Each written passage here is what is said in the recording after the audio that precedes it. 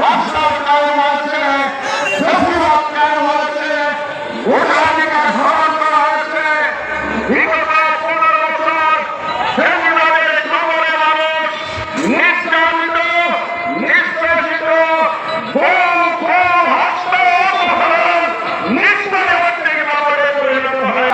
বাংলাদেশ হয়েছে পাকিস্তানের বিরুদ্ধে আমরা বৈষম্যবিরোধী আন্দোলন করেছি। বাংলাদেশটি বৈষম্যমুক্ত হয়েছে। বাংলাদেশ দুর্নীতি এবং বৈষম্যে মানুষের জীবনের অধিকারের উপর প্রিয় 700 কোটি টাকা মালিক হেলিকপ্টার ছাড়া চলাচল করে না। বন্ধুরা আমার, যদি পিএম 700 কোটি টাকার মালিক হয় তাহলে তার যিনি রাজা এবং অধিপতি ছিলেন তিনি কত হাজার কোটি টাকার মালিক।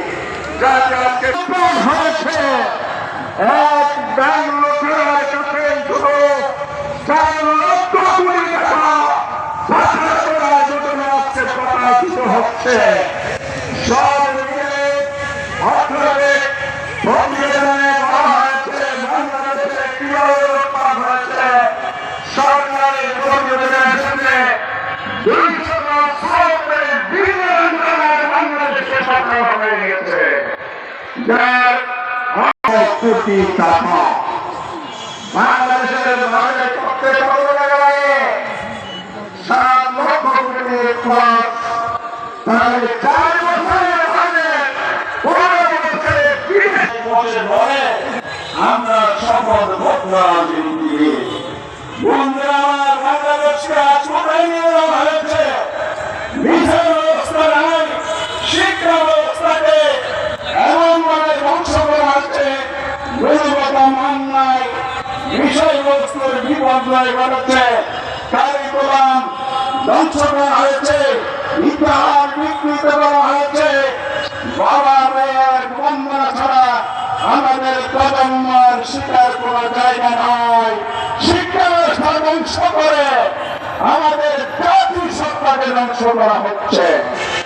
একটি জাতিকে যদি ধ্বংস করতে হয়, 2টি জিনিস ধ্বংস করতে হবে। এক হলো তার শিক্ষা ব্যবস্থা। শিক্ষা হলো জাতির মেরুদণ্ড, মেরুদণ্ড ভেঙে দেওয়া। দ্বিতীয় হচ্ছে সেই দেশের প্রজন্ম, নতুন যুব সমাজকে বিভ্রান্ত করা, নৈতিকভাবে বিপর্যস্ত করে দেওয়া। এই 2 শক্তি যদি শেষ হয়, সেই দেশটি অকার্যকর রাষ্ট্রে পরিণত হয়। মূল উদ্দেশ্য ছিল বাংলাদেশকে দুর্বল করে প্রতিবেশী দেশের আধিপত্যবাদ কায়েম করাই তাদের মূল উদ্দেশ্য ছিল। বাংলার জনগণ এর বিরুদ্ধে রুখে দাঁড়িয়েছে। বাংলাদেশের জনগণ সেটা গ্রহণ করে নাই। 15 বছর বিরোধীদের থেকে আন্দোলন তৈরি করেছি আমরা। সেই গণরোষের মাঝে একটি ভোট আন্দোলনের নামে ছাত্ররা মাঠে নেমেছিল। পরবর্তীতে বৈষম্য বিরোধী আন্দোলনে রূপান্তর হয়েছে। আমাদের ছাত্র যুব সমাজের ডাকে সারা দেশের মানুষ রাজপথে নেমে এসেছে, রক্ত দিয়েছে, জীবন দিয়েছে। আবু সাইদ যেভাবে বুক পেতে দিয়েছিল, বুকের ভিতর অনেক জ্বর, বুকের উপর গুলি করার আহ্বান জানিয়ে তারা যে উত্তেজনা অনুপ্রেরণা তৈরি করেছিল, সেই পথ ধরে এই বৈষম্য বিরোধী আন্দোলনের হাজারে অধিক তরুণ জীবন দিয়েছে। কিন্তু তারা ফ্যাসিবাদ বৈষম্যকে মেনে নেয় নাই। যার ফলশ্রুতিতে 5 তারিখ একটি গণবিপ্লব হয়েছে। সংগ্রামী ভাইয়ের আমার, এই বিপ্লবের পথ ধরে অন্তর্বর্তীকালীন সরকার ক্ষমতায় এসেছে। আপনারা জানেন, এই সরকার জনগণের আন্দোলনের ফলশ্রুতি নির্বাচনের মাধ্যমে আসে না, এই কথা সত্যি। কিন্তু জনতার আকাঙ্ক্ষার মাধ্যমে সরকার ক্ষমতায় আসাতে আজকে জনগণ এই সরকারের কাছে অনেক কিছু প্রত্যাশা করে।